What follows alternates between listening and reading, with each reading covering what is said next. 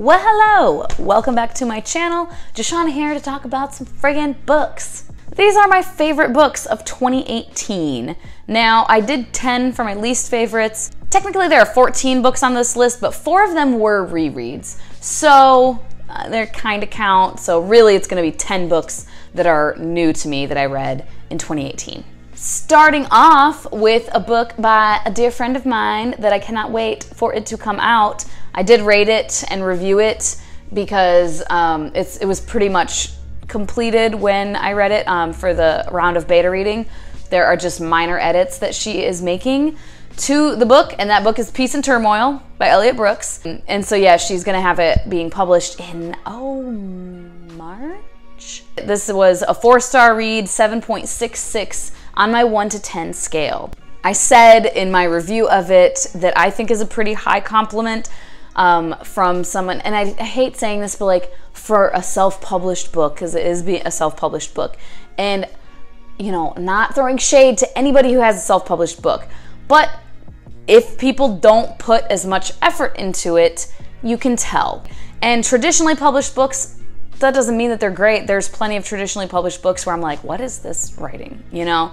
But does it feel like a fully fleshed out, completed novel? Yes, there's just things I don't like about it. There are definitely times when you read a self-published book where I feel like you can tell that it is self-published, that just not as much fine-tuning has been put into it.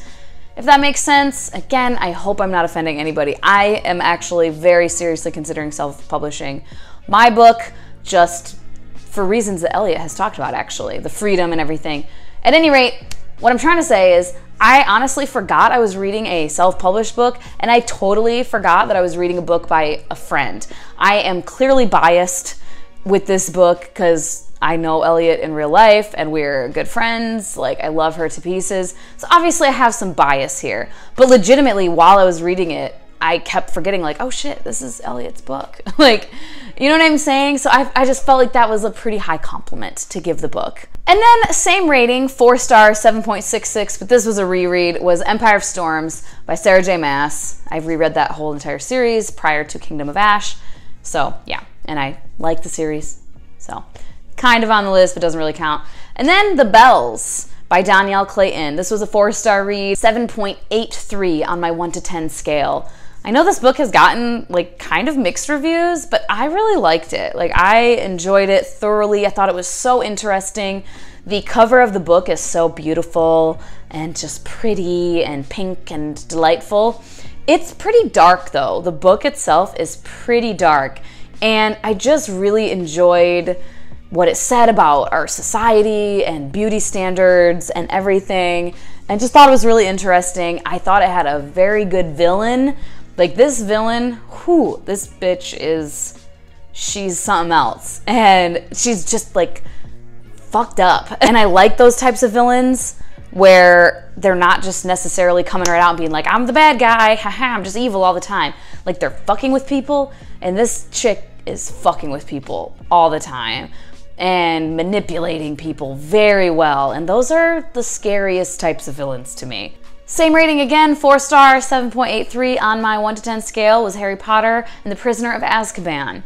That has been my favorite one thus far of the Harry Potter series. I still am waiting for the other audiobooks, so I have only read up to Goblet of Fire. I've seen the movies, so like you can't spoil anything really. And then getting into my 4.5-star reads, this one got an 8 on my 1 to 10 scale, and that is Age of Myth by Michael J. Sullivan. This was my first time reading anything Michael J. Sullivan, and I quite enjoyed it, as you can see. I felt like it's a high fantasy, and it's kind of, I don't like the age. I call it adult, but there are some like teenage characters, but then there's older characters. Like, there's a very wide age range of characters, and it's, you know, a big cast of characters doing different things in this world. I felt like the world building was really great, and I really liked the characters. They are complex and interesting, and I honestly really like how he writes women, because it's like real life. Some of them are soft and gentle and sweet, but strong of character.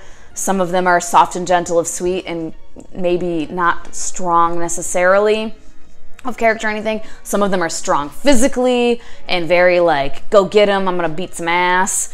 And some of them are just very intelligent, like incredibly intelligent. Some of them are outgoing. Some of them are very introverted. It's like real life. And I just really appreciate that from a male author writing high fantasy, because I know that is not always the case. Another 4.5 and 8 on my 1 to 10 was The Secret Garden by Frances Hodgson Burnett, right? I have seen this movie many, many a time, but I had never read the book, and it is, oh my God, so precious.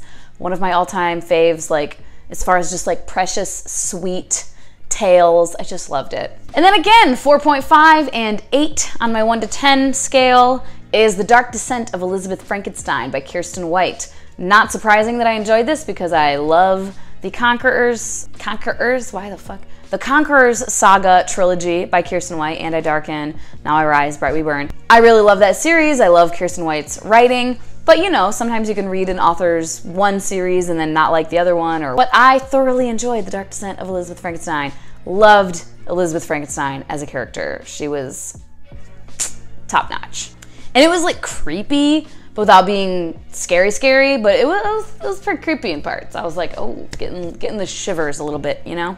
Another 4.5, but bumping up on my 1 to 10 scale to 8.16 was The Word for World is Forest by Ursula K. Le Guin. I have only read one other Ursula K. Le Guin book previously, which I own somewhere. That is The Left Hand of Darkness. I read that in college. Don't remember anything about the book except that I loved it. And I wanted to start reading a little more sci-fi and more Ursula K. Le Guin specifically. I picked this one up for a readathon, I think. I don't know. It was very short as a novella. And it was really great. Like, just the thought process that went behind it, the message it has, I highly recommend if you like science fiction and you like something that's going to make you think. And it's very short. It's a novella. I just highly recommend. Also, 4.5 and 8.16 on my 1 to 10 scale was City of Thieves by David Benioff. This was a random pickup. I just recognized his name from Game of Thrones because he's one of the, directors, producers. Why am I terrible? And I wanted to check it out, and I really liked it. It's historical fiction, and it's about these two guys in, oh God, now I forget, World War II? World War I? And they go off to save their necks, to save their lives, literally. This officer that captures them says, my daughter's getting married, and I need a chicken for this wedding, for the feast. So they have to go off and find a chicken, and going across enemy lines and all this stuff, and it was just really great and really poignant, you know, but like funny at the same time. So I really liked his writing style, and I will be checking out more of his books in the future. This one also 4.5 and 8.16 on my 1 to 10 scale, but this is another one of my rereads, and that was The Ersatz Elevator by Lemony Snicket. I am slowly rereading the entire series of Unfortunate Events series. And I reread that one and really liked it. It's one of my favorites in the series so far, I would say. And then a 4.5, but bumping up to 8.25 on my 1 to 10 scale was Born a Crime by Trevor Noah. This was like the only memoir I read this whole year, I think, and the only Audible book.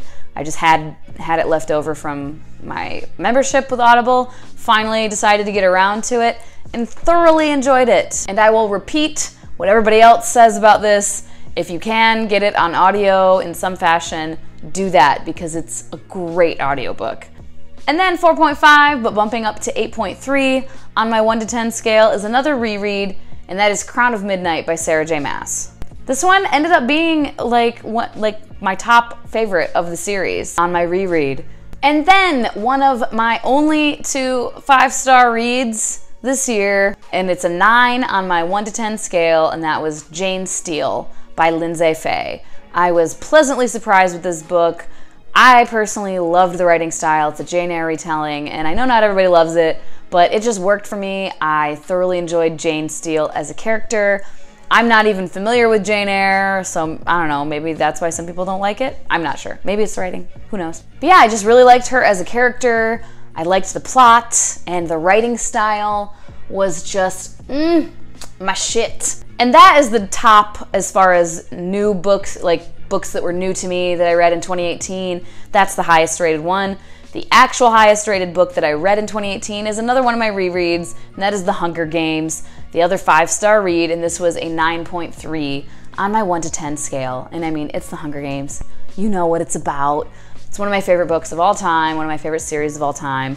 So obviously it was rated pretty high. Let me know down below what some of your favorite books of the year were, and if you read any of these books this year or ever and heavily disagree with me, let me know, or agree with me, either way. Just let me know what your thoughts are if you have read any of these. As always, I appreciate your time and I hope you have a wonderful day. I'll talk to you later. Bye-bye.